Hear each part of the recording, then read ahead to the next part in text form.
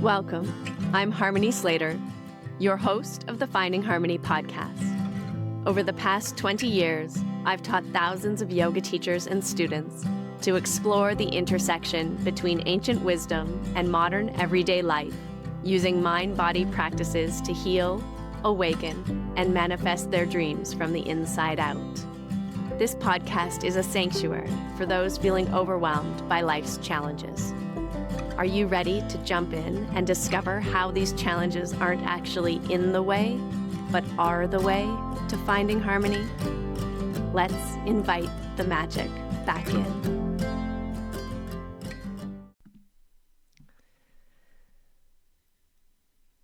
Today on the Finding Harmony podcast, Russell and I had the opportunity to sit down with a beautiful couple, Samira and Leo Castro, the co-founders of an incredibly thriving Ashtanga yoga community in the heart of São Paulo, Brazil, called Coletivo Mysore.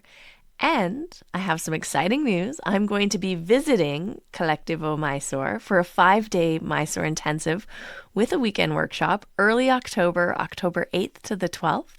So if you're in the area, if you're in South America, or you want to take a little vacation and come visit São Paulo and meet Samira and Leo and myself all in person, I hope that you'll join us.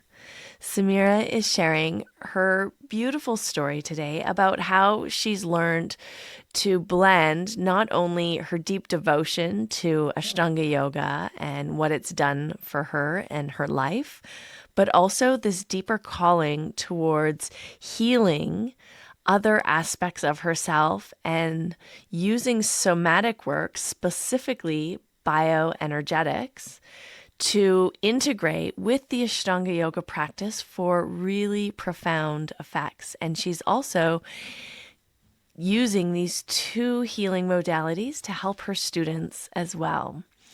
Her journey is raw and real and deeply human, and you are going to just love listening to her. And Leo, who is a longtime practitioner, authorized teacher as well, brings a grounded perspective of someone who's lived a life with many things, many experiences, and really has learned to dance between spiritual discipline and also being a professional, being an adult, growing up and living a life that is really grounded in the real world. He wasn't always an Ashtanga yoga teacher full-time. He used to be an airline pilot. And while staying committed to the practice of Ashtanga, he started to weave his schedule, which was very, maybe I should say up and down as an airline pilot, with the consistent practice of Ashtanga yoga, and everything unfolded from there.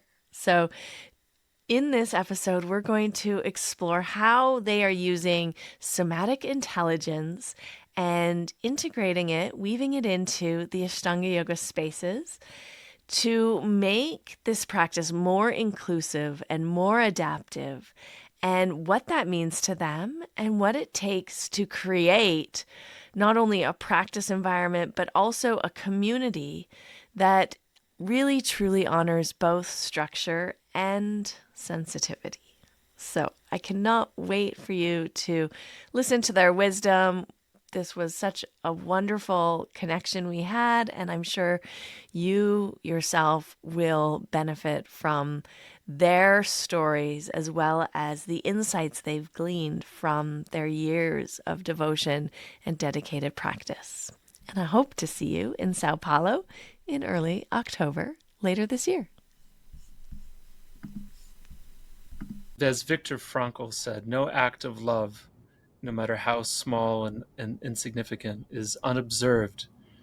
It's all recorded by God. Wow. And so that's what helped him get through his experience at Auschwitz, was that any kind of artistic act, even if you just make yourself like a little paper airplane out of the detritus on the field next to the fences, it's like, oh, I've done something beautiful. Wow. just to say that Leo said something amazing and we didn't record it. And so God it's did. like so nice. God did. God did.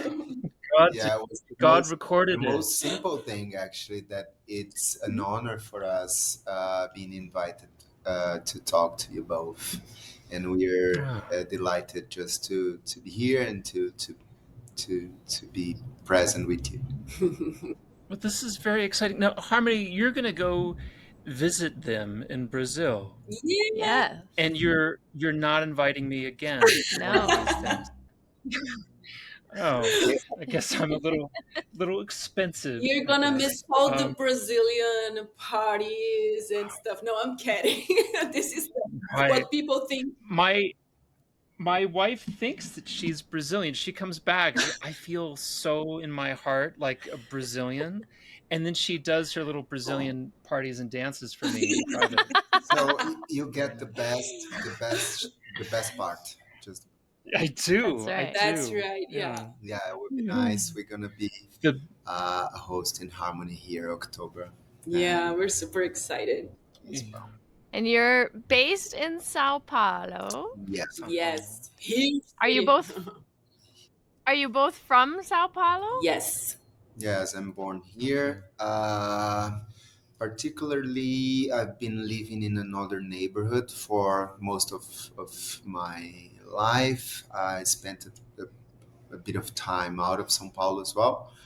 But here downtown, where we are located, living and having a shala, I've been for 4 years, but she's more experienced with downtown experience. Yeah, Oh, exactly. I love. is Sorry. we talked to a Brazilian person once. Is a favelas? Uh-huh. Yeah, Yeah. actually, it's curious because the favelas are huge also here in São Paulo. But Okay. in Rio, the thing is like they're more like mixed with the city. So you're like walking in Oh, a okay, fancy okay, okay. neighborhood and you see a favela. Like, but here in Favela. São Okay, okay. Paulo, they're like apart. So if you're like downtown or in Huh. any neighborhood, you have to drive a lot to get to the favelas. The So Oh, it's kind of like favelas are on the outskirts of the city. okay, Mm. So okay, okay. since it's a massive block of concrete, basically, the concrete started growing from the middle point out, and the favelas are like obviously like constructed in different ways. So the Okay. city expands, and the favelas they walk outwards as well. Mhm. Okay. Yeah, Mm. Okay. it's not Okay, okay, you don't okay. see much. You see like uh, I would say like any big city, maybe with less Teslas going around, but it's skyscrapers like mirror buildings Yeah. and antique buildings and stuff like this. Like São Paulo would Mm, mirror like any big city. You okay. But the thing Yeah. is, like, where we're located, where the chalet is located, it's like in the historical center, and it's not a very usual neighborhood for shala because, like, usually the shalas and yoga, like all the yoga business, let's say, they're like Mm, fancy neighborhoods, and we decided like to Mm. have the shala here yeah. because it's close to the subway, and then we can have like practitioners coming from all the suburbs, and it was like on purpose so we can like have Yeah. all kind of practitioners and not just like Yeah, and rich happened people. happened as well because I moved here to Sami apartment, and we were living here. I was in love because I didn't need to drive anymore. Because São Paulo is like based on getting your car to do anything, especially if you live in fancy neighborhoods, which I was born, which she was as well. And here we are free. Like it's 8 minutes walk to the Shala from our place to the Shala, uh, and people yeah. can either like commute or come by car as well. So we found to be naturally to be a way to go Yeah. and be more inclusive this way as well. Yeah. That's so nice. It's so nice to be able to wake up and walk to the shala and just work there and go home for lunch and have it be such a short distance. That was when I lived in Victoria and had my yoga school there, it was this similar setup. It was Yeah, maybe like an 8 to 10-minute walk, and it was so convenient and so nice to just be able to, like, live just a little tiny titch away from where you worked. yeah. Exactly. Yeah. And even though downtown has its issues like any other place, but here like you really see them. So you have like people living on the streets, sometimes more, sometimes less. Don't have much of robbery, like this is It's not a okay, violent not place. a violent at all, Mm. but it's like not all beautiful and so on. Yeah. But seeing life on the streets, which some neighborhoods don't because the people are always inside cars, it's so Mhm. pleasant. And you see this new business run by young people like us. I mean, like her. Yes. And like we meet like students, practitioners of the shala on the way because a lot of them live around. It's really, really Yeah. pleasant. Yeah. Oh, it's so nice. Can I ask you? You two seem like a couple. We Mm, you look like a couple. By the way, Yeah. we just got married in India. Oh, you did. You got married, In in India fact. in Yes. December. This Yeah. December. I felt it. Oh, Yeah. congratulations. Yeah, I felt They something. were Yeah. there in December to practice with the ghost of Holy Shiraz. smokes. That's what Okay. Yeah. it was. Yeah. I don't know if it was Yeah. like only the ghost or the picture with the ghost or just the picture. Yeah. Well, not- What I did, I texted my friend Prakash and I sent him 50,000 rupee and I got my certification. you see, So I'm very excited. Yeah, it's yeah, exciting. and He's gonna send me the certificate.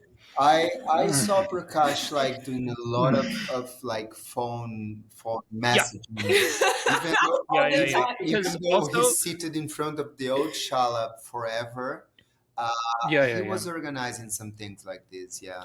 yeah, yeah. I got a rebate for every referral, so I'm excited. I called all my friends I'm and happy told you them. mentioned the amount because I'm trying to get one. We're So gonna, no- we're gonna go Yeah, prepared. yeah. We're gonna go. It's 50,000 rupee before the referral okay. Oh, okay. Okay, good rebate. to know.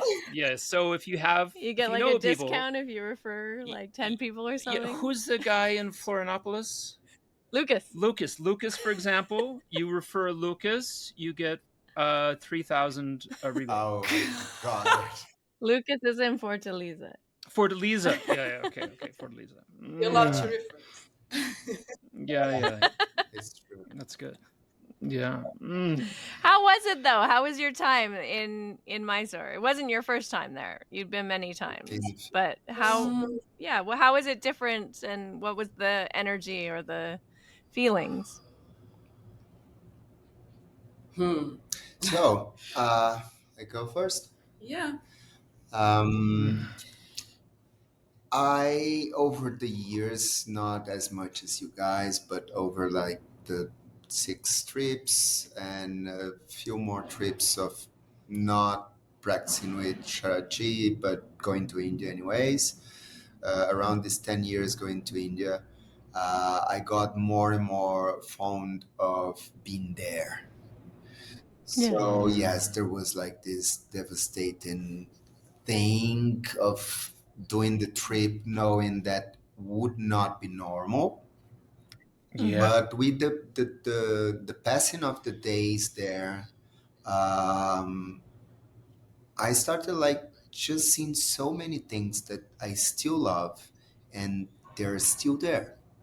Like Yeah. just walking in Gokulam and getting my Mhm. bike and getting loose without GPS until I have no idea where I am, and then I get the GPS to come back to Gokulam. It's like one thing when I got bored the first trips I was doing this. Yeah. We have the chanting teacher, which is the same of Luke. that we attend every day, which is like the other side of the city. Jayashri or someone else? Mr. Someone V? else, yeah, Mr. V. Mr. Mr. V. V, yeah. Mr. V is great. I learned I became Pujari with Mr. Yeah, Lee. it's really Mr. V. fast as well. It's Yeah, yeah. the things they go fast with him. The faster the better. Yeah. I did the Yoga Sutras with him. Yes, such a Mm, sweet human yeah. being, you know. Oh. He was the one who performed the wedding, by the Oh way. yeah, Oh, yeah. If you were there, you could have He helped mentioned him. Yeah. because my friend from Canada is not here. I'll do it just this time. No, Yeah. but Normally, because I make good income from doing weddings in India, so not as much as certification. You know, like no, five to eight there's thousand a per, few more but not too bad. years. Mm, But like with the passing of the days, the first few days it was horrible. Yeah, it was like less horrible than being in São Paulo and everybody asking like and like saying sorry, sorry, sorry. So, you know, like was this weird thing in the Yeah. shala with people that they did want to say something, but you know, like most of them we had like kind of 10 that have been to Mysore, but like most of them didn't, and they tried. But when we got there, we got to be with people that were passing more or less for this through the same thing. yeah. The beginning was this, but through the time it was lessening, and the shala experience, I don't know, like December and January, we were to stay just December, and then we decided to stay more. December was sad, like super sad. You would Yeah. enter Yeah. the shala and like Yeah. don't just don't you like I couldn't get it, like what's going on, because there was like this grief and sadness, like this was the vibe, you know. Yeah. Also the first Uh, days everybody would cry like in opening mantra, like so Like during a mm, funeral. yeah. Yeah. Because Every day. Well, he had recently passed, right? It had only three been about 2 ceremonies, the weeks or ceremony 3 of weeks. Sarasvati, the ceremony of the family, Shruti and the family, Yeah. and the ceremony of everybody practicing and crying inside the shala. So, Yeah. Yeah. but at the same time it was such a powerful and deep yoga, let's say, Mm, experience, because for me, unique. yeah, because for me it was like I'm driving a lot in the middle of the night to go to a shala and there is no teacher, there won't be new asanas, there won't be like, Yeah. there's no like a, it's like super karma yoga, like service. there's nothing, like no expectations, because I'm doing this for like nothing basically. So it was powerful in the sense, you know, like Yeah. Yeah. Yeah, just for Mm, yourself. exactly, and it was intense, yeah. like After that, the things started moving, and we are like all humans, and the talks and the relationships and the things. And by what I heard from February, uh, seems that there were things to acquire again. So, Yeah. Yeah. see, and I'm not judging it. And Yeah, I, yeah. I Hmm. don't want really to go inside because what the point? I have nothing to do with that. I'm even if I pay you, I'm not in the short list to be certified anyways. Hmm. But what I see is that like just the human relationships after like the dust sits, they go Mhm. again to what we are craving for things, expecting some things, exactly. and Yeah. that's what it is. No judgment. I, Hmm. Sure. Mhm. I, I didn't. We didn't had enough time there to expect something, so we just got this cut of openness somehow. You got your marriage certificate. Yep. This costed in gold actually. Diamond. Ah, In diamond because we talking to Mr. V like communicating with Mr. V, like, oh, how it should be. Oh, I'm gonna check stone for ring. And then he checked hers. Based Yeah, on the audition, he was yeah, like based on doing the the Otish. Yeah, yellow sapphire is good for your fiancé. Okay, sir. Okay. We Oh, I have one yellow sapphire right here. there, and then Yeah, yellow sapphire is in best. another book from the booklets, no apps with him, old style. Then like Yeah. turning page, yeah, 921. Oh, for you, diamond is good. No, sir. Check again. Yeah, check again. So yeah, we got the marriage certificate. By God. Nice. And a couple of jewels and gems to go yeah. along with it. Yeah. We pictured it like, oh, that's nice. We're going to Mysore. All of our friends are gonna be there. Yeah, We can like before. host, I don't know, something in Nanoki, and it's gonna be super fun.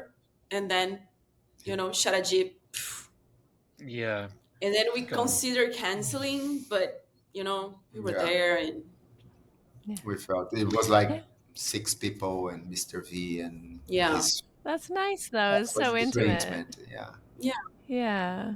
Beautiful. It's so interesting always to talk about in such a frank way, and that was really beautifully said, Leo, about how natural it is to have ambition and how easy it is for the teacher to offer a goal to reach as a way of motivating the student. And you see this in every discipline, whether it's just a job where you can get promoted, or in karate where you can get another belt in a different color, which is so nice that it's a different color. But it's all meaningless. These meaningless affectations. But we give them meaning. We give them meaning. We project onto them meaning, Right. and it makes me wonder about these guys who went in the 70s, like from Montreal, Darby, Joanne and Darby, or David Tim, or Williams. David Williams, and they went for like this kind of hippie experience. Like they were there to tune in, turn on, drop out, to get out and not be attached to materialistic acquisition. But like in the 90s, like our MTV generation, like we were there to buy microwave ovens and TVs, and then get certified for our knowledge and our what we made a transactional relationship with Patapi Joyce, and Mhm. it developed as we came to him with acquisition. He created authorization because there was a market for it. Mm-hmm. Mhm. 'Cause so many of us were never going to be certified, but like all of us could get authorized. He's like, well, we can start making transactions here, and this would be great for all of us. And pretty soon authorization was more expensive. My last trip in 2017, authorization was more expensive than certification was on my first trip Mm-hmm. in 2004. Yeah. Mhm. It's amazing. And It's so like lodging as well. Like lodging Lodging. as well, but it was all kind of the construction of this acquisition was organic, yeah. and everybody was happy But I mean, with the transaction. don't you think? I mean, so much of it has to do with also the growth and the commercialization and the popularization of yoga, which I mean, you must have some insight into because when you started practicing in Sao Paulo, is that where you started practicing? Probably there was like barely any yoga No, going on. sure. So I think there are two things inside that. One is this a market behavior, and I like to think that sometimes we come to this like, okay, this thing was a pyramid scheme, like that people, and when you see nature more or less grows this way, they're like some little germs or bacteria start creating a culture, and they are the top, and then start to like the Oh, base get bigger, bigger, bigger, until it's like an amount of energy that cannot hold itself anymore and just collapse. yeah, Like I mean, sure, she passed away, but at some point, the lodging would be unpayable and would collapse in Mysore, or the system of certification authorization as well. There's this yeah. market behavior, and it goes more or Mhm. less the same everywhere. Everywhere. And Mhm. parallel to that, and I'm not saying that Patab Joyce was really thinking about it. First, because I was not there, and second, because I have no idea really. But maybe could be that him or any other tradition, like you mentioned before, said like humans are gonna stay being humans throughout the process. If they Mhm. keep practicing in the meanwhile this method or that method or any other method, uh, insights will come, Mm-hmm. and then they maybe will be able to sort it out a little better, Mm-hmm. to use this word, their decisions and so on, and maybe any of these methods could help people. Absolutely. Because Absolutely. how can we be not be who we are? Mm-hmm. There's Mm-hmm. no way out. There's no way out. Yeah. You do participate in the system as it is, and if we see through 1 minute per year, or one decision among 1,000. Oh, yeah, this one maybe I didn't. Uh, I mean, did violence, or this one I didn't. Uh, this, you know what I mean? Like this Mm-hmm. one, I helped, Yeah. Mm. Instead of destroyed. or instead of Yeah. destroyed. But the Yeah. system is there. We're part.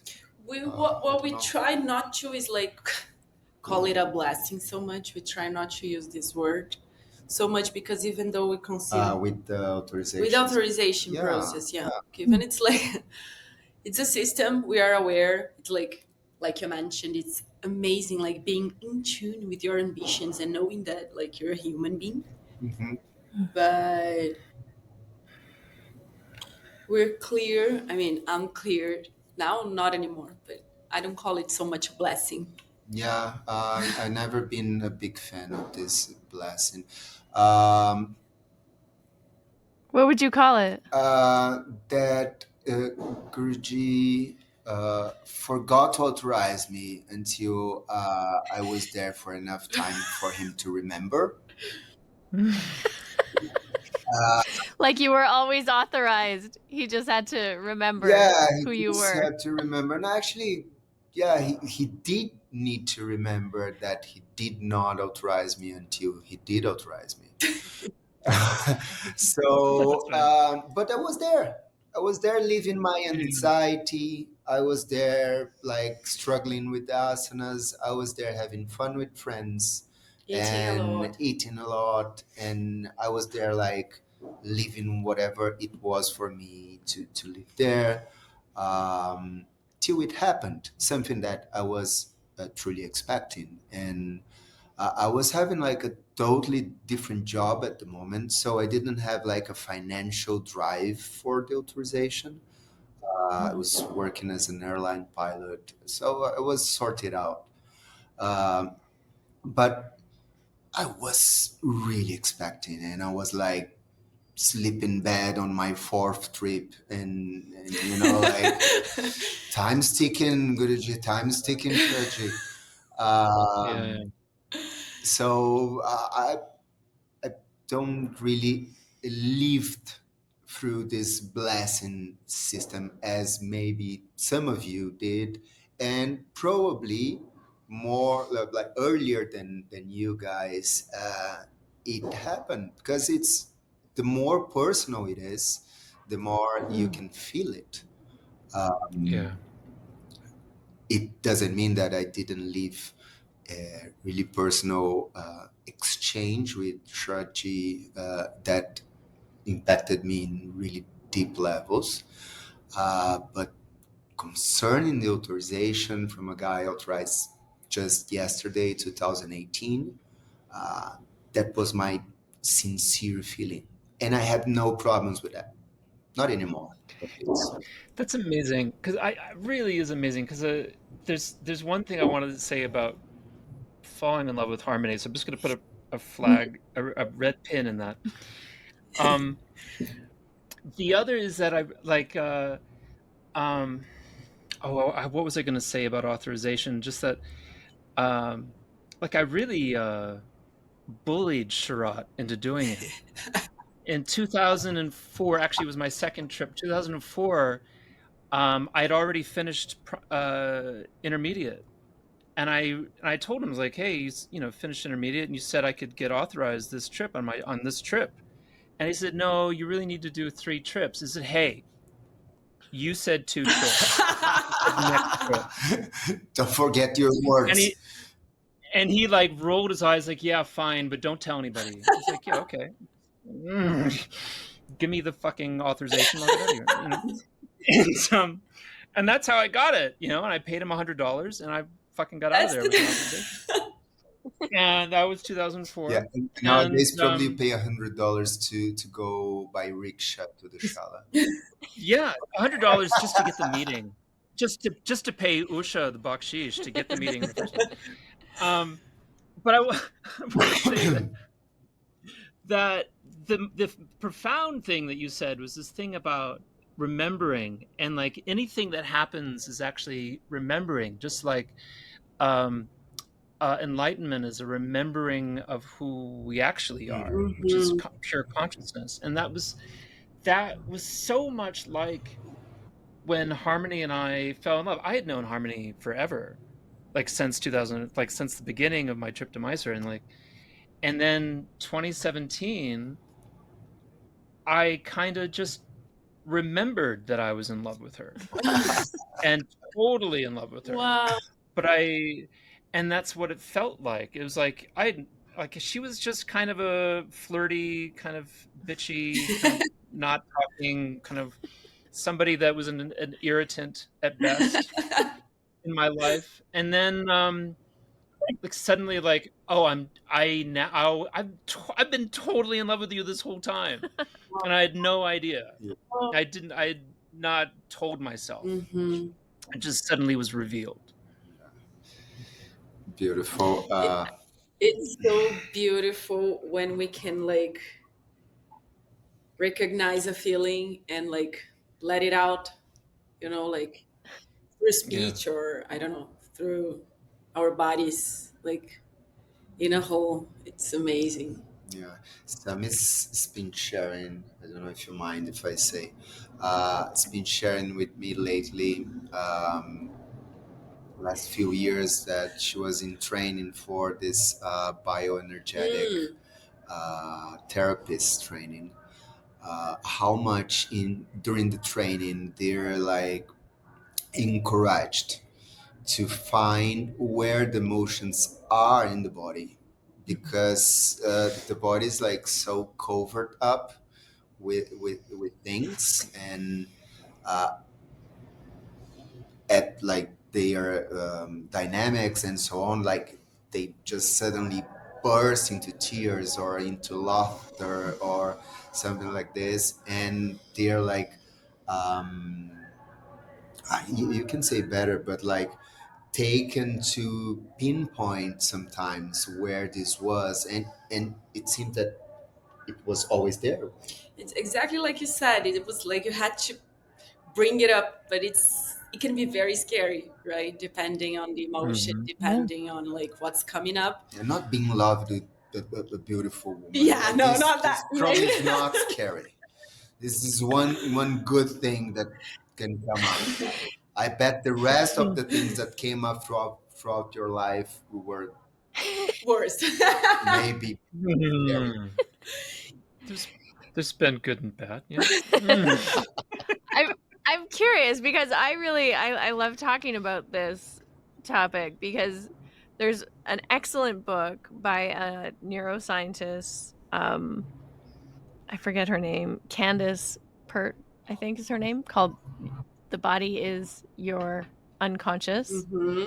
and it talks a lot about how we store Mm-hmm. all of these unconscious emotions in our body, and that memory, often we think memory's in our brain, but it's actually throughout our entire body. Exactly. And I'm curious because you're both like deep practitioners of Ashtanga yoga, and I have my own theories about this, but I'd like to hear what your experience is, because when you're going through this training, it sounds like it requires kind of a slowing down and a presencing of sensation in the body in order to like tune into what is there at a sensation level, and then that leads into, I'm guessing because I haven't taken your training, but I've taken other types of somatic emotional embodiment training where then you tune into the emotion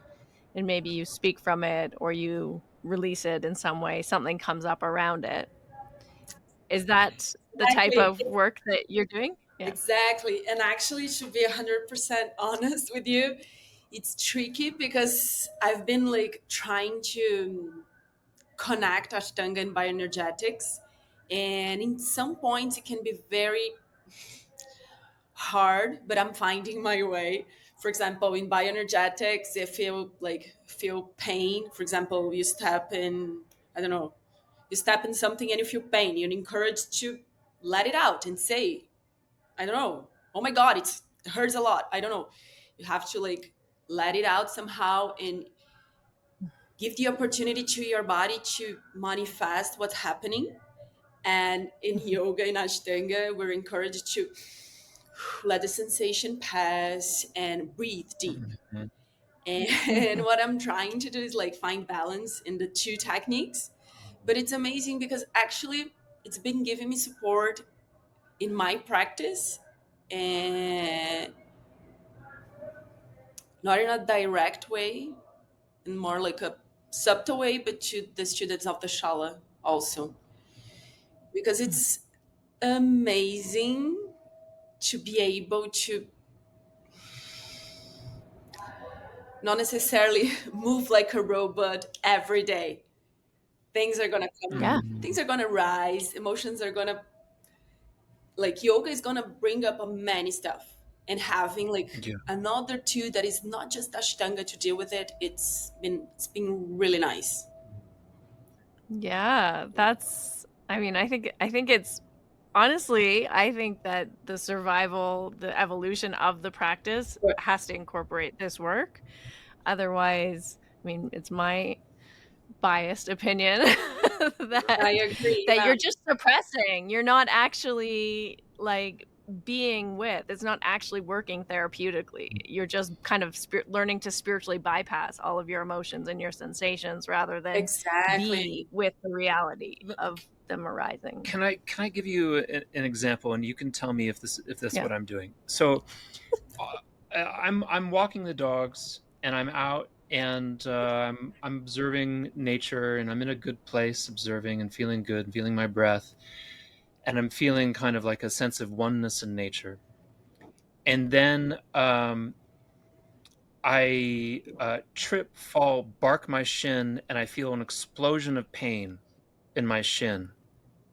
And I get up and I breathe and I try and transmute pain into some other sensation that I can manage, Hmm. like heat.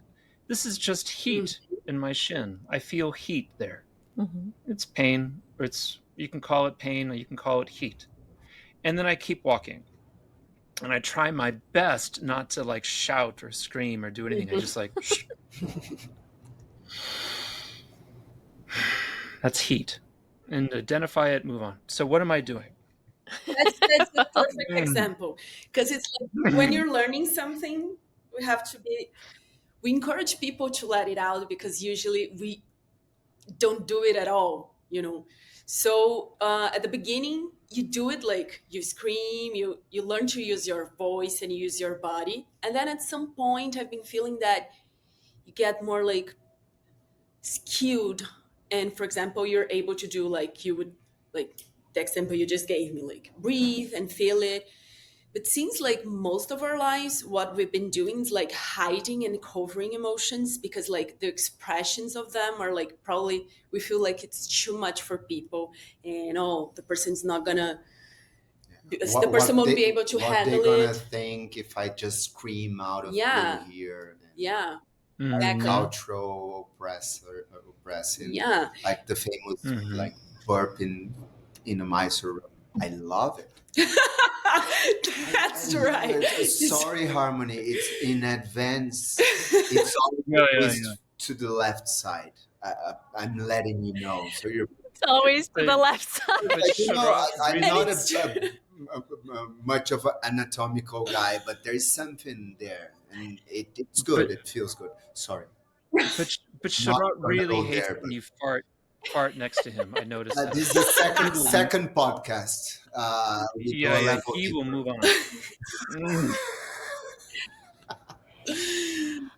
I think what you're saying is really important though. I mean, aside from like the air passing through the body, which if you've ever done Vipassana in India, it's like a symphony Wow. in, you're sitting in silence and It's it's just like a not symphony of body science anymore. noises. It's true. You're like, these people really do not want to suppress the air moving through their body at all. um, Yeah, but you see, like you're like, we're from a very different culture over here in the West where we're like suppressing everything, Exactly. yeah, the just to notice that the two of them, the Oh. women, you and Harmony, were talking about like how to identify the emotions and so on, and then we quickly came back or brought it back to sensation and to Yeah. something more gross.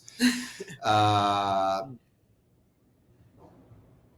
this is my difficulty to really tune in, and I think it's just part of most of us. But I do think, talking about Ashtanga again, which is where I have a little more experience to say. Um, it helps me not eventually only to get in contact with emotions. Yes, it happens, not often, but happens. But to get in contact with uncertainty, to not go the same pathways that my body wants me to go. Mm-hmm. That over time I found to be important. And How, yes, sometimes that's the twist or the direction that makes me feel cry. Sometimes I do come to cry, really rarely, but uh, quite often I feel it coming, and probably for some other reasons it doesn't burst. But if I just go in the lines of the body that are known, this mm, certainly doesn't happen. And I feel and felt for so many years, like Sami said, moving like a robot. Yeah. Mm-hmm. So the more I go to the dark spots, the mm, the, the more fun it is, because I do like a little challenge.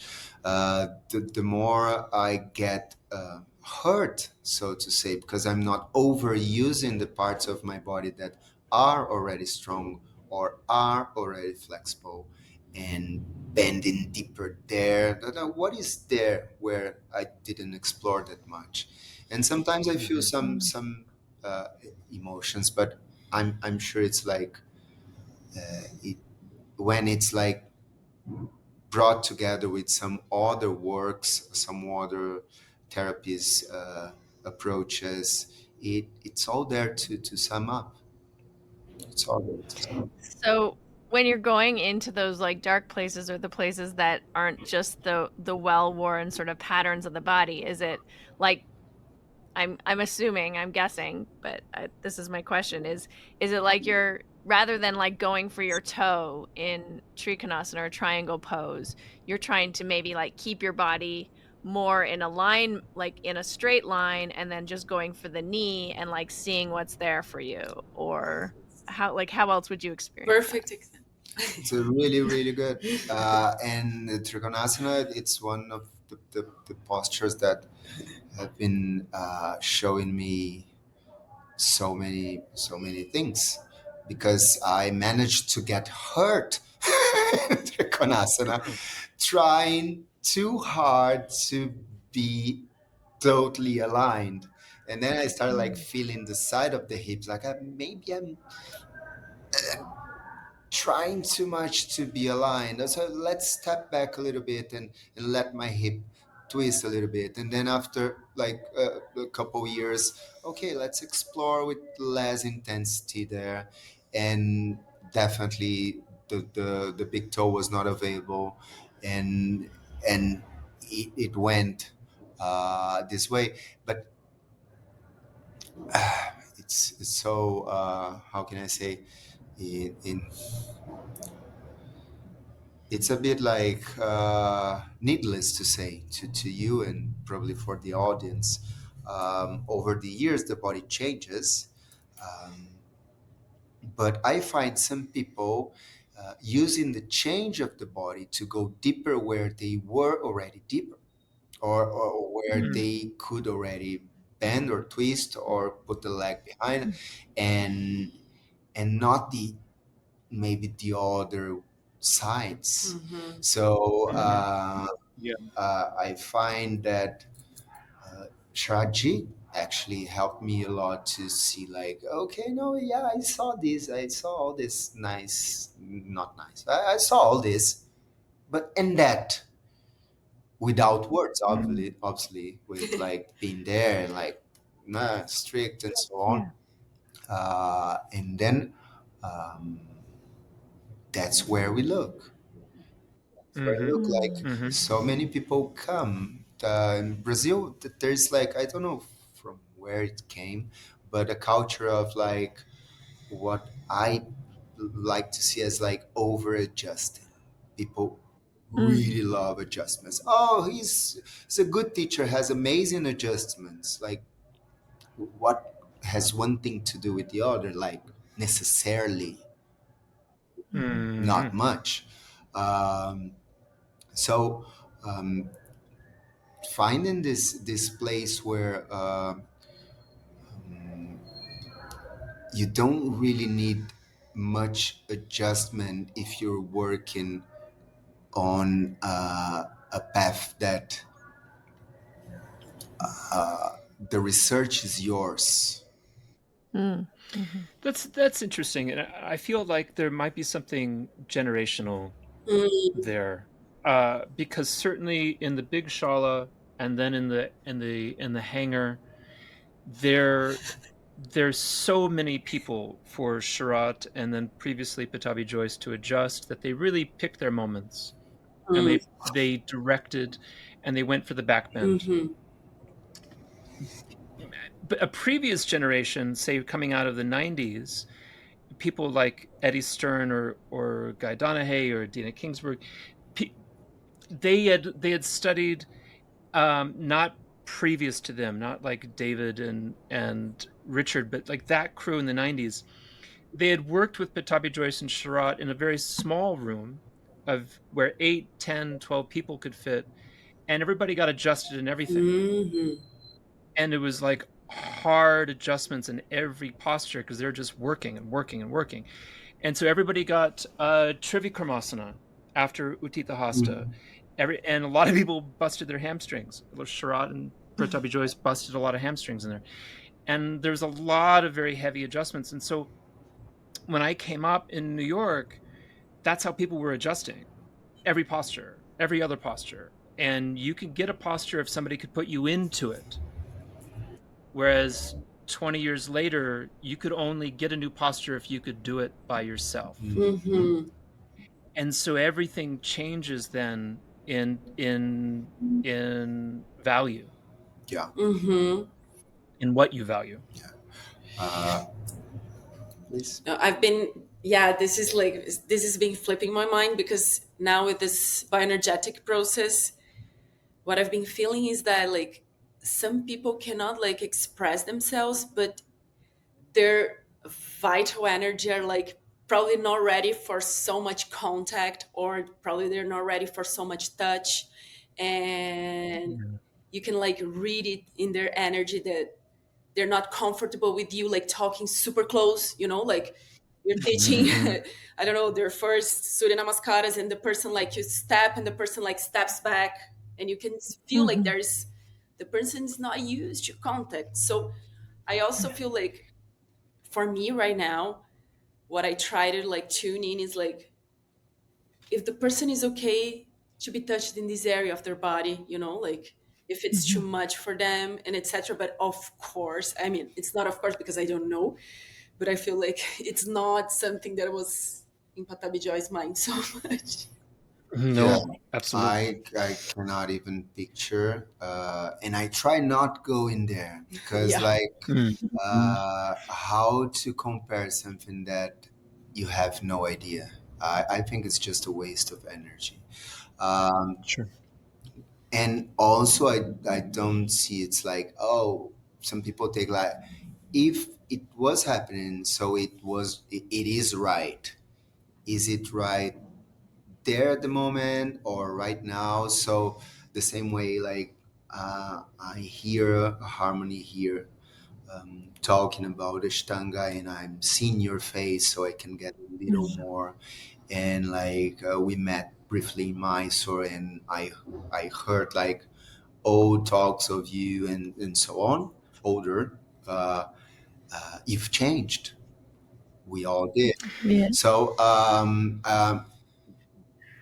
Sami said about this dynamic with the new student and so on. I also don't see in we don't do this in the shala, like the thing of like a paper. I don't want to be Yeah, adjusted, yeah. and like too much of talking in a sense. Can I touch you and so on? Because once we start to, to put like symbols, either graphic symbols or um, sound symbols, we go to the mind, and then a Mm-hmm. beautiful part of this practice goes to ways that is connecting and transferring experience from body to body without Yeah. the third party. Um, but I feel that there's a difference of adjusting to kindly showing a possible way that that body can move, and I'm not saying Mm. should move, because I don't know what anyone should or should not do. It's not up to me. But we Yeah. see with the experience of practicing for a little more time, it's like, oh, there's some space there. Like if you twist with the hand, if you twist first this way and then move that way, it goes, and your Mm-hmm. hand shows that arm the way. And oh, it's true. Comes a sensation with Mhm. this. Okay, focus on Instantly. this. Don't focus, but like learn with the sensation and not with the hand that you grabbed. Mhm. That's it. Mm-hmm. Yeah, I love what you're saying, and I'm curious with like the bioenergetics because like with spinal energetics, it's very light touches on the body, which Hmm.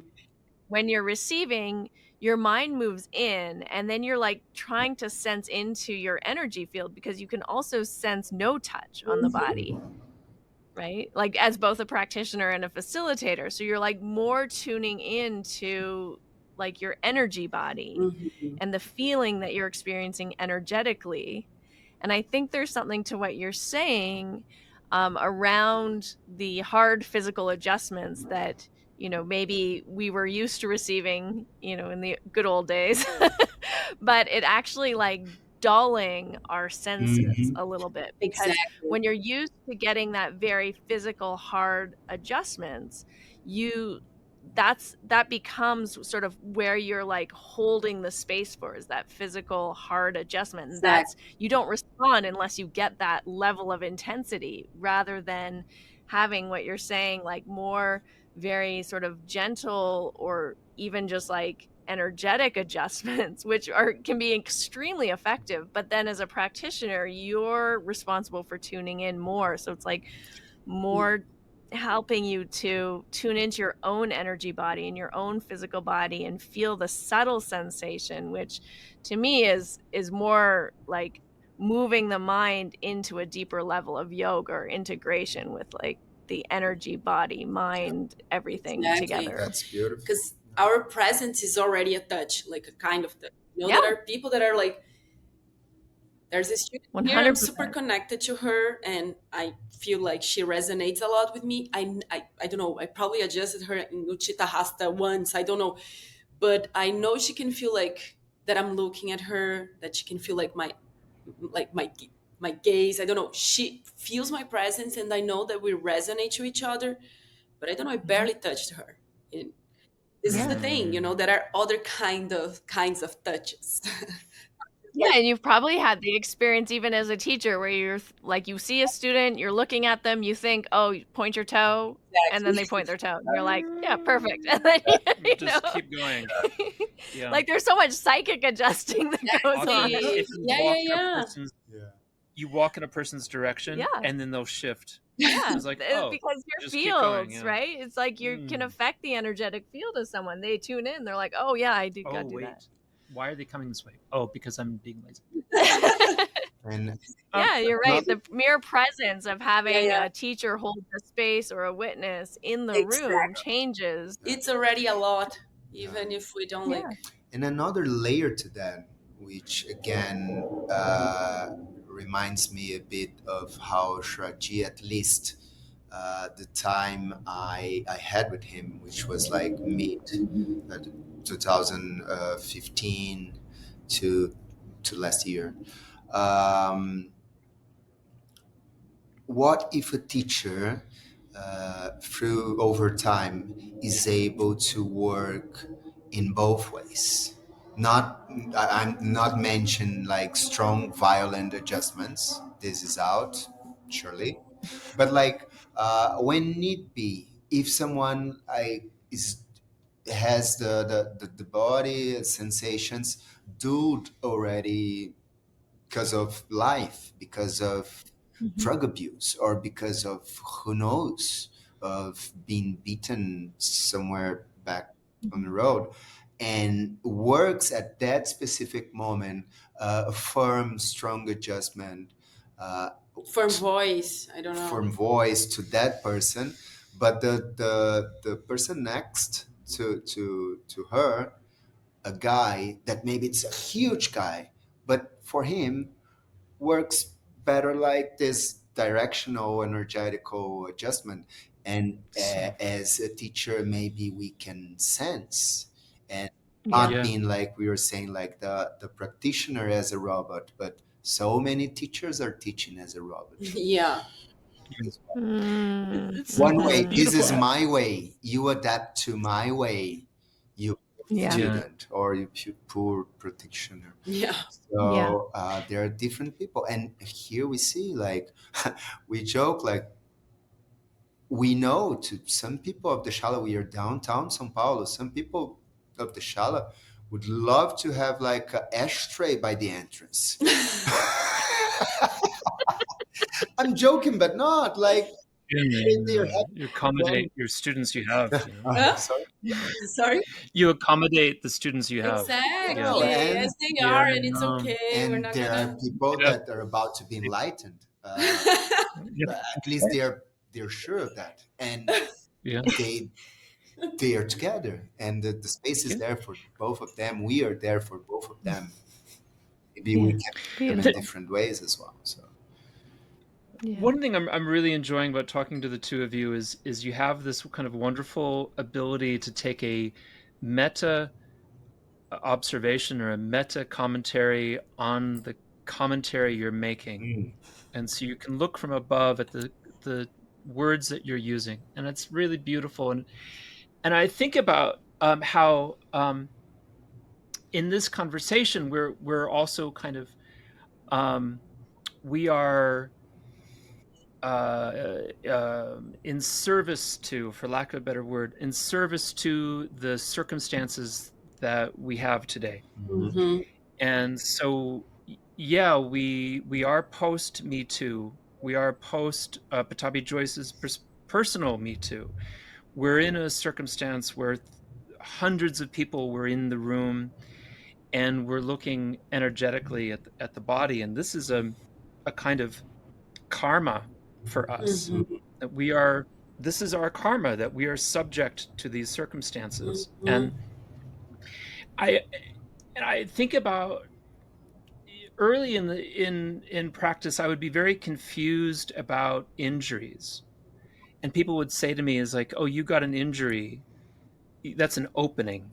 And so when Patabi Joyce ripped open your hamstring in Trivikramasana, or he split your pubic bone in half in Krakitasana, which has happened, those were openings.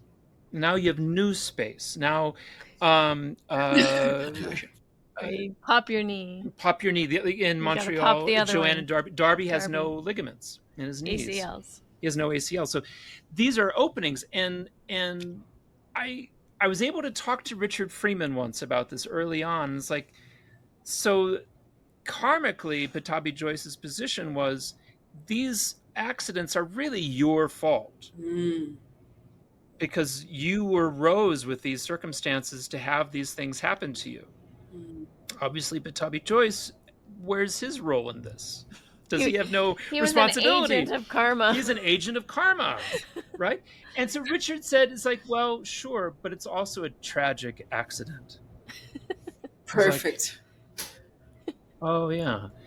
Now we have volition. And you have volition in this time, as you were saying, that you can have a kind of in between, a middle path, this kind of in between the 0 and the 1. You can work energetically, you can think about the student. You have some people that need something harder. We have so much choice available to Mm-hmm. us. Infinite possibilities, in there fact, between the 0 and the Mm. 1. there Yeah, are that's infinite right. possibilities between the 0 and the Mm-hmm. 1. Yeah. Yeah. As you said, I think we can only answer to our specific circumstances. And it's super, even though it's super difficult to step on Patabi Joyce's shoes. I 100% agree with Richard Freeman. These were tragic, both the adjustments and the circumstances that led to the Me Too. Hmm. And um, even though we've learned with it and we are different, this could maybe and would be amazing if it didn't happen that way, Hmm. and not the way around. Oh, happened, but at least we learned with it. No, Hmm. we learned with it. It Hmm. happened. Hmm. Like we would have learned another way for sure. Yeah. Hmm. Because Yeah. Yeah. time is time. Time teaches. It's time. We don't need either like abuse or like some sort of violence, but it's a foundation, and it is our foundation. Either closing the eyes to it, its lack of contact with reality, because it's inside this room here Hmm. somehow. But we've seen more. And actually, not us. It's like not old shala, but take like Hamish and teachers like with decades of teaching, with decades holding space in shala. Uh, they they've seen more students and bodies than Patabi Joyce did up to the 80s, Hmm. to the Mm-hmm. beginning. Because at the beginning, even Westerners, like it was like dozens and here and there. Correct me if I'm wrong. And Yeah. before that, Indians, I don't imagine like hundreds of Indians attending Patabi Joy's Shala in the 1940. Well, And their very small, He small willingness was shop. doing to his endure best that with was quite small. the God's gift of bodies and money that was brought to him. Hmm. But this is the thing. It's like, His best, don't take me wrong, not his best with adjustments and the later worse things than adjustments, Yeah, but yeah, he was dealing with was there, and now we're Hmm. dealing thankfully in a totally different way. that's it. But that's the responsibility we have. We don't, there's not like a Bible and it's like, this is Mm, how it's done. It's so much easier to go this way. Like, this is how it's done. Ashtanga is done this way. These are the Yeah. vinyasas. This is how it's disposed, perfect. is adjusted. It's so easier. But feeling like from one to infinite possibilities and like tuning in with the practitioner and feeling like what's right for each one. Yeah, This is So like our true. responsibility, right? yeah, And that yeah. responsibility is the opposite of orthodoxy. Perfect. Yeah. And orthodoxy is fascism. yeah, Mhm. Orthodoxy is about disempowering your students and taking possession of them. yeah. Exactly. And And then we teach dependency rather than teach independence. Yeah. and it's easier. Uh, It's and I easier. tell you, because Fascism is much easier. I've been in the military for Mhm. 5 years. It was not like 1 year like obligatory service. That was this 1 year, and then I stayed for another four. And it's easier. It's easier to Hmm. say something to someone, and if they don't do it, they go to jail. Yeah. It's so easy. You can even pretend you're nice, but actually the person doesn't have a choice. Hmm. It's Also, it's easier for you too because there's always clear yes and no, and Yeah, yeah, right and yeah, yeah, wrong. yeah. but like with the body, it doesn't work that way because we're unique. Yeah. And yeah, so better a more difficult path Oh, yeah. that includes more people, includes more bodies, includes more habits. Because that's it. Yeah, Oh, I'm going to only teach people that eat this or don't eat this, Vegan and do don't. this or don't do this. No, no. Hmm. If you drink, no yeah, drink, no this, yes this, no this. Okay, It has to be 6 times a week. you get Otherwise, an they're not part of this child. you get an army. You put t-shirts. Uh, I Yeah, have yeah. some with Army man. camouflage back home. I could use them. Hmm. Yeah. Yeah. Army with t-shirts. Amazing. Yeah. I'm so curious. Like, was it these feelings of wanting to take the practice like to more people or open it up and work with different people, like what was it in your own practice or in your own teaching path that led you to, because like a lot of teachers won't go outside Hmm. the practice, or they stick really with like the body, like they'll go into maybe massage Hmm. or physiotherapy or something. Like what was it about sort of this more nuanced space of energy and therapy that drew you to kind of pull these tools that you're learning, Hmm. like these new tools, and bring them to the practice? Hmm. First of all, I always tell this to the students here.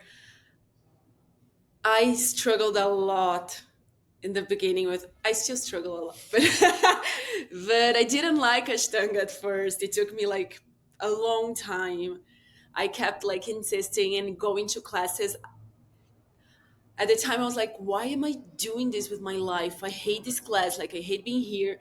And I was like at the time, like drinking 4 times a week, working a lot, and but something inside me like was telling me that I should keep going, but I didn't like it. And I used to not like the yoga people and the people in the studios, in the shalas, and oh, I don't know. I used to think it was boring.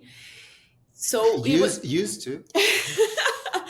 but the thing is, I love when people come here to the shala and they don't immediately like click with the method and discipline and etc. And I feel like giving support to people who are not like necessarily Ashtanga yoga practitioners, like they don't like connect immediately. I feel like it opens like doors where I can like give them support in other ways. And actually, for me, what I was feeling that, because bioenergetics is really like being grounded in your body, like Mhm. being grounded basically. Yeah. And there's so much that comes from the students that if you're not grounded, you basically my body would not like wouldn't take it, the amount of energy that comes. And so it helped me like to be grounded and to deal with the amount of things that like I receive daily and I process. So it was like, first of all, a strategy like that. And now I feel like the more I go to other tools, to these other tools, the more people can come to me and like talk after practice, and people feel more open because I'm also opening up. So it's been Yeah. like very rich process. Yeah. Yeah, that's beautiful. And it sounds like it's helped you to connect to something like deeper within yourself. Exactly. Yeah. Yeah, exactly. Like Yeah.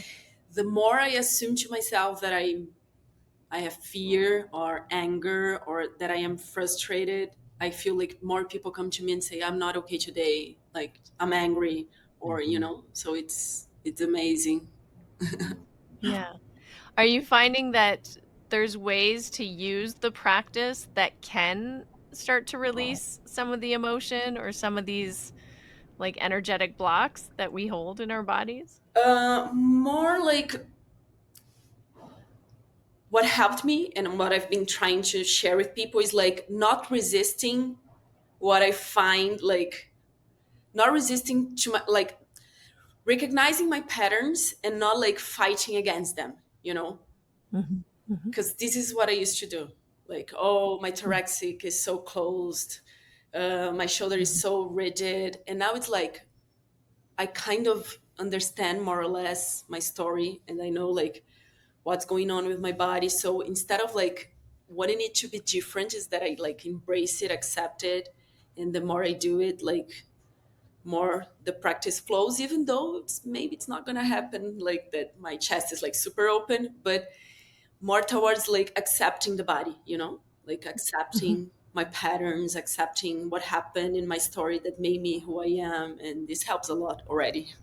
And one Yeah. thing Sami mentioned more than once, and I find it to be beautiful, is that the story that our body shows and is what brought us safely to the point we Mhm. are. Mm-hmm. And like closing our eyes or shouting towards it, it's just like shouting through to whatever we lived. And doesn't matter if this person believes in like karma, many lives, or so on. Yes, could be more lives, but that's not entered that. It's like from being born now, Leo, Sami, Russell, Harmony, up to now, our blockages or our like um, Armors. shoulder and so whatsoever, they brought us safely, defended ourselves from attacks or this and that. So I I have a question then, just specifically to this, for all three of you. Harmony and I had an incident in Sweden in the Mysore class. We love teaching together. We love it, and it's our favorite thing. We had a little disagreement, and we've never talked about it since. It was like a mild little disagreement. It was just like a passing statement, a dismissive little remark. A student was getting bottle konosana, and she was having a hard time with bottle Mm-hmm. konosana. And it was like a nice adjustment. It was strong, Mm-hmm. but it was not dangerous. And I was going to go over there and talk to her because she was having a hard time, and I was going to tell her my experience of. Oh, she was crying. Would you let me Oh. tell the story?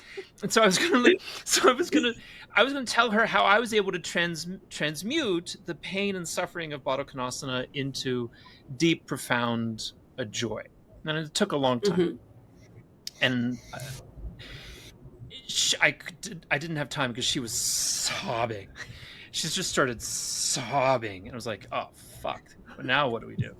So I laid her down, and I gave her some big body cushions, and I gave her a eye pillow, and like, you just hold on to this, sweetie. And I just, like, I would never have done this 20 years ago. I just said, "Fuck it, that's your problem." But now it was like, now I'm being like gentle, like now I'm like nice. Like, here, you take a moment to just sob and cry and hold on this pillow. And Harmony, and after I do that, Harmony says to me, it's like, "Oh, that's just more spiritual bypassing, Russ." I was like, "What? I'm being nice. What should I have done? And is it spiritual bypassing?" That's my question. You wanna go? Yeah, there's this thing I taught today, actually, being here, You did this today. being here with Luke.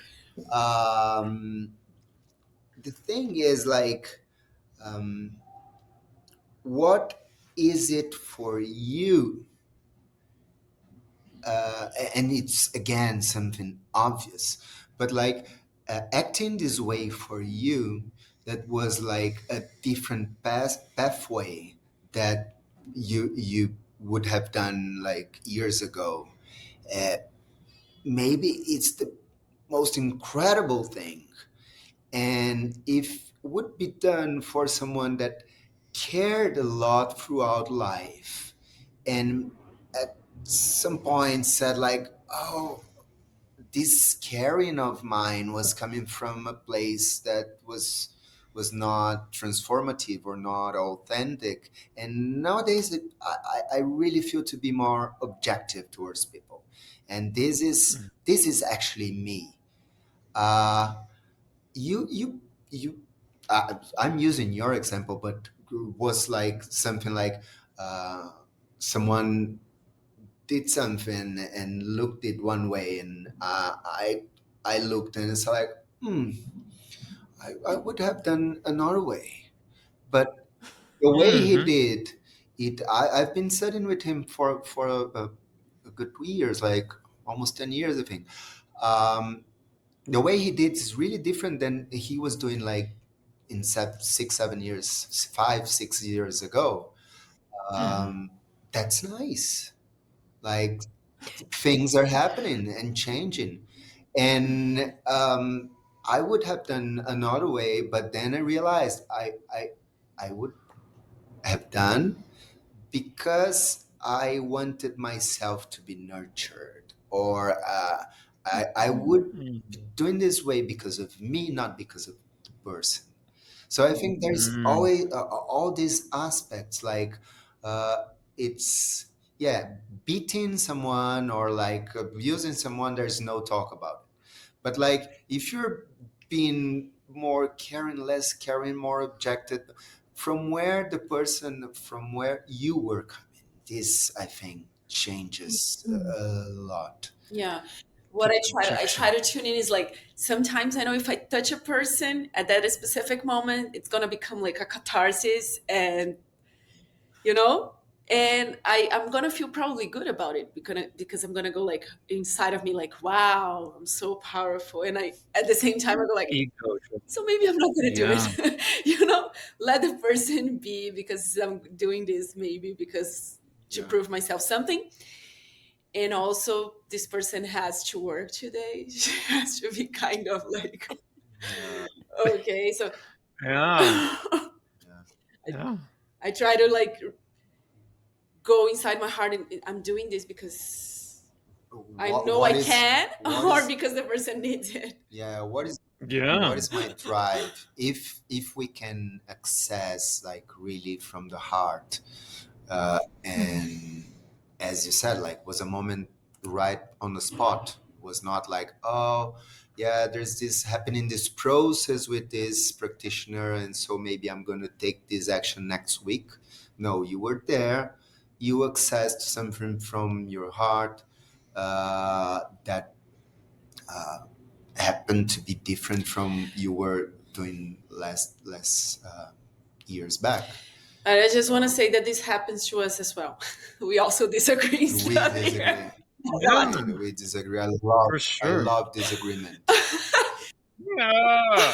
Well, what's interesting, like when I was learning spinal energetics, is when you have a client, and as a practitioner, your energetic field, which is your history, your mind, your emotions, your ancestors, your body, everything, right, meets a client's energetic field or a student's Mhm. energetic field, which is their history, their body, their mind, their emotions, everything, right? When the two energetic fields come into contact, then there's that third space, right? Which is the meeting of Perfect. Yeah. the two fields. And so if you switch the practitioner, there's a different third space because it's a different Exactly. body, energy, history, ancestry, everything. And so, I mean, that example, after we had our little like what are you doing disagreement, then I was like, okay, well, that's, I mean, obviously there's something in her Yeah. field and his field that are Yeah. creating this third space. So I was like, okay, fine. Like, have fun. Well, did you think that it would be better for her just sit there and cry rather than being coddled? In that moment, yeah, that's Me what too. my approach would have been, like, kind of just let her Uh-huh. Like I was deal with it on her own. I was like putting out a fire. Yeah. No, that's a fire blaze. Right? Yeah. But like letting the fire blaze looked to me inhuman and totally without empathy. But you said no, she needs this. Really, Right? But then really, it's like the difference, right? That's so different. but it's so rich, like having the possibility to disagree and talk about that. Like we feel like Yeah. it's amazing. Yeah. It's both positions come out of love for the Yeah. student. Yeah. Yeah. But for either person, the other is so wrong. Well, no, And then there is this third space. You see, it's the same, and they meet. If you ask the practitioner and she starts like telling her point of view, you're gonna be like, doesn't matter. Yeah. It's here. Yeah, and like in the old days, I would have said, "Shut up, stop crying, and take the adjustment. Fucking breathe. Correct method. Stop it. Correct method. Stop it. Stop crying. Fucking crunch no, it." you wouldn't have. That's my preference. No, you wouldn't have.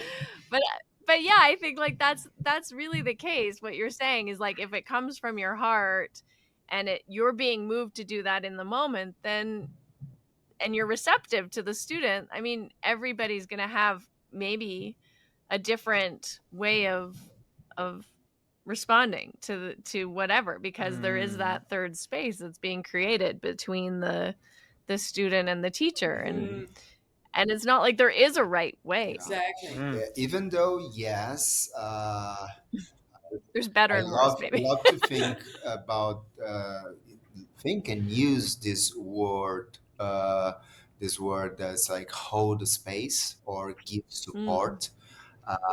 But as you said, Harmony, like we cannot think we are Atman, because it's impossible to think if there is Atman anyways, but to think we are not like interfering. So I hear some people say, oh, I'm here just to hold a space and so on. Yeah, you think you don't have like any qualities, so you're just there. Nirguna. Yeah, Nirguna teacher. No, you hold the space Ramana with Maharshi, yeah, whatever just you sitting, are. being. Yes, Yeah. they're like this inquisitive, or the people that really, you should do it, you should not do it. Then yeah, you lost the point. But like, you held her, or the idea of harmony was like Mhm. to letting it be, and Russell like laid a serpent for her to lay down and be Vishnu there, and not Yeah. drown, Yeah. It's not true. drown in the ocean Snake. with Yeah. Odin. Anyways, right at the end. It's Shiva versus Oh Vishnu. It's yes. exactly what Yeah, that is. she wanted to Shaivite, Vaishnavite. burn to ashes. Right here and right here. Just like that. Exactly. You see, That's what happened. so And what do you do? What do you do when you got someone over here and someone over here? Like you can't, like you just, that's the way You it do is. like We just coexist. yeah. Mm. Exactly. Mm. Uh, Hang loose. hang loose. You just hang loose. Oh, oh, it's so funny. yeah, You guys are amazing. I love talking to you guys. you Uh, come to come to Wow. Brazil, Russell. I would like to come Maybe to we can work it Brazil. out. Yeah, that would be amazing. I Yeah. was I was made in Portugal. I was conceived there. My Really? mother and father had I don't know if you follow my language skills, but like they had sex in Portugal. Do you understand? Yeah, they Yeah, know. yeah. Conceived? Okay. All The right. So I couples, was conceived. they I was made produced in Port. So I'm Brazilian, Yeah, kind really. of. You take Almost. yeah, kind of, right? Uh-huh. Like harmony. I just have the spirit of the Brazilian. I want to come. I want to come. I want to come yeah, to São it will. Paulo. São Paulo. That'd be so nice. Well, tell everyone where they can come and visit your beautiful shala in the center of Sao Paulo. Yeah. Yeah, we are thrilled to have people around. Yeah, community feels so good. Yeah. I definitely one thing that um, this happening of yoga in my life changed is the amount of people I deal with, and this is like moving from eating potatoes, plain potatoes, to like Indian thali, and Mm. feels really good. Feels really nice. Yeah. Yeah. It's so beautiful. So, if someone wanted to come practice with you, how do they find you?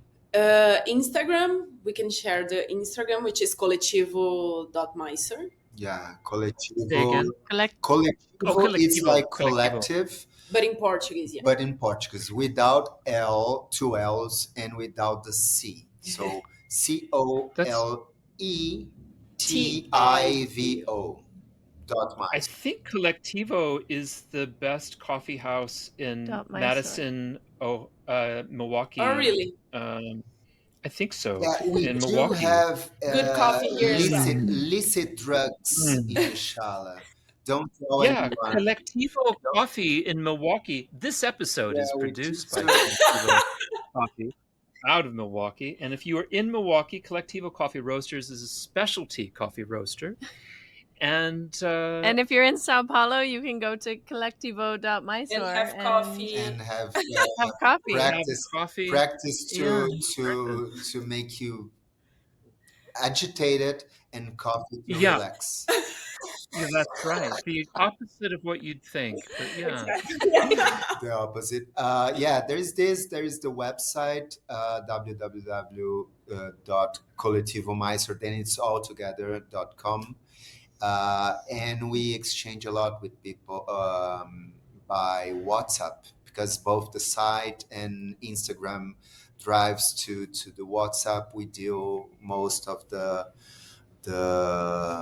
interactions, and we are pretty happy about it. Yeah. And to receive visitors, we've been receiving more and more foreigner visitors, because also like this part of the city is getting more interesting for foreigners, for tourists, So it's been really nice to be here where we are.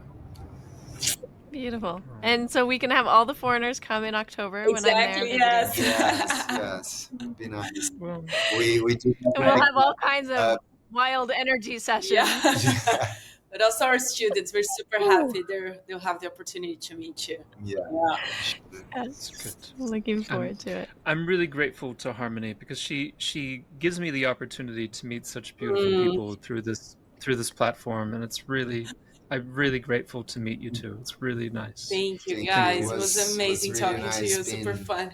live here with you. And the same, Russell, and not only what you said to Harmony, but I say to you too.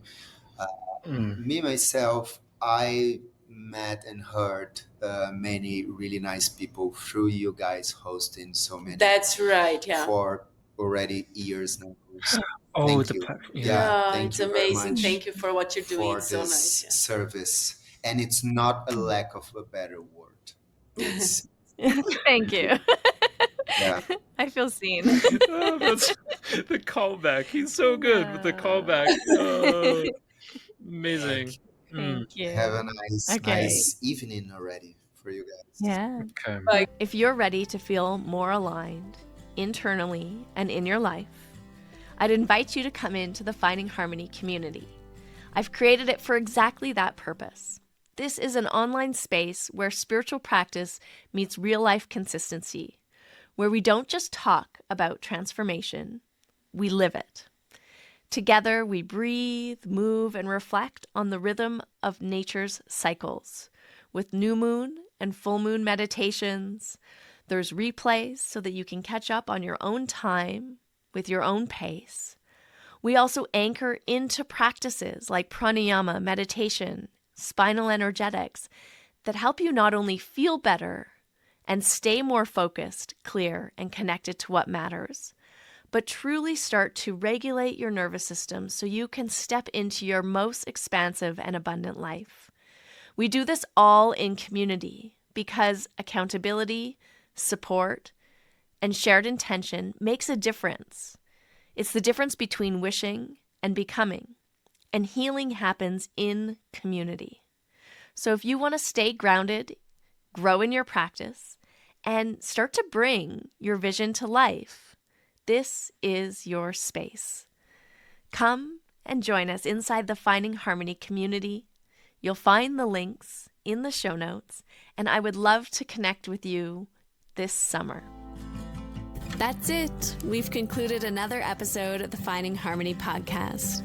I just want to thank you so much for doing the work that changes the world, starting with yourself. It truly does make a huge difference. Please make sure you have your automatic downloads turned on wherever you listen so you don't miss any of the upcoming episodes. I have so much more magic I can't wait to share with you. Lastly, if you're on Instagram, I love connecting and hearing from you. So come on over and say hello at Finding Harmony Podcast. And you can also come say hello to me personally at Harmony Slater Official. Thank you again for being here. I cannot wait to share more with you in our next episode.